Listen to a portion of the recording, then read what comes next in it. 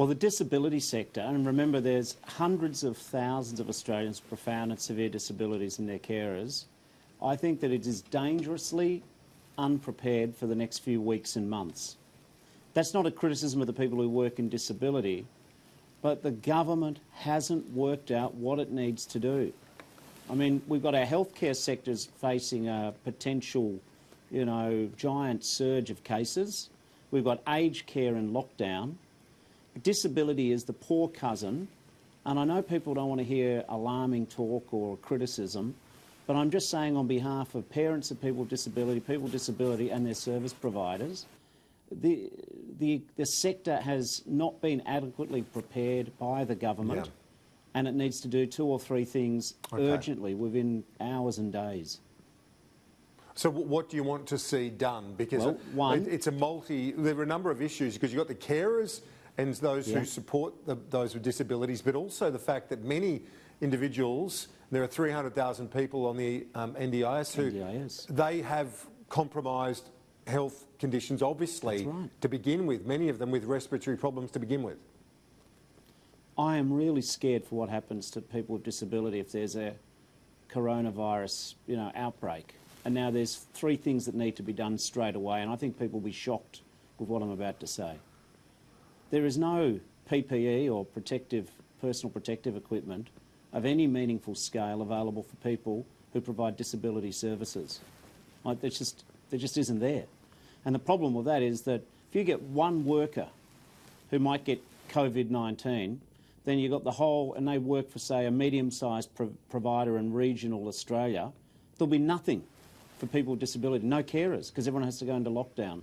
So the more that we can engage in infection control now, not next month, not after, the fullness of time and a review and a chat and a media release, right now. So PPE needs to go to people who work in disability. Disability workers are as important as aged care workers and healthcare workers, because if you've got someone with a complex condition, as you just identified, and the carer can't come and see them, well, either they're stuck at home in danger of their health, or they go into an already overcrowded hospital system. The next thing is the service providers. There's 13,000 disability service providers. A lot of them are on the brink right now. They look after at least 312,000 severely disabled people on the NDIS and plenty more apart from that. They need to be able to make sure that the government is more flexible about the funding arrangements. If some provider can't send a carer to a particular person with disability, the money shouldn't be cancelled and put back into the budget. The service providers need to keep a workforce on hand. The third thing they need to do, Kieran, is we need to look after our disability carers and make sure that the pressure's not on them. These people are a bit like the firefighters were in Summit of the bushfire. Health sector, aged care and disability carer workers, we need to make sure their kids are getting childcare so they can go to work. And as a really good idea, there's going to be plenty of people stood down not working. Why don't we create an army reserve of carers? Train people up, basic infection control, so that if the disability carers are isolated, we can swing into place an army reserve of people from other industries who can help do some of the caring work. Okay, and in terms of the government's broader response, what's your take on that? Because you went ahead of your party last week in some of your statements and got ahead of basically what essentially happened with the government's announcements on gatherings outside, indoors. What's your take on it now? Last Thursday, you and I were talking, and some of those colourful after-dark identities on your own channel here were, bagging us. By Friday afternoon, they were saluting the flag and up for physical distancing. Listen, I'm really concerned that, the government's done one stimulus package and that's already out of date. So they need to make sure there's interest-free loans going to business. They're making the right noises about workers who lose their income. They get some money. We've also got to tell the banks of Australia, just freeze the loans. I was talking to the people who do the shows, the travelling showmen, the amusement industry.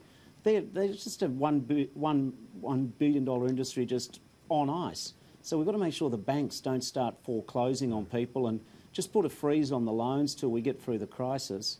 But the other thing is, I was on a plane coming home from Darwin yesterday, and what's going on at the international terminals? If I had $1 for every Australian who stopped me in the supermarket in the street and said, why don't we do more to close our borders?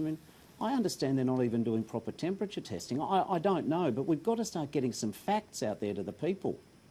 I mean, Labor and Albo, they've been doing the right thing. We want to work with the government, but government's got to put its skates on. Too slow. And what's your view on schools? Because the government is saying it's got the advice from chief medical officers, state and federal, that they should stay open. What do you say? Well, Chloe and I, my wife Chloe and I are in a fortunate position. Not everyone can do it. Chloe works part-time, so 2 of our kids are at home, and, you know, we got some hate mail for it and other people saying do more. Listen, that Dr Norman Swan, I think, is pretty switched on, and Boris Johnson, they've said let's close the schools, and, you know, in Singapore they've had extended school holidays, but other people who I respect have said no, don't do that. I think one of the reasons why we're seeing Australians doing a bit of the panic buying is because they're not convinced that the politicians can protect them. I still think an elegant solution would be an extended school holiday period, but, you know, at the end of the day, the chief medical officers have got a view, and, you know, I can see why people don't want to second guess them, but I understand there's up to 25% absenteeism in our schools now. So, listen, I just wish that perhaps the government had thought about these issues rather than you and I trying to thrash it out now on television, or millions of Australian families trying to work out what to do now.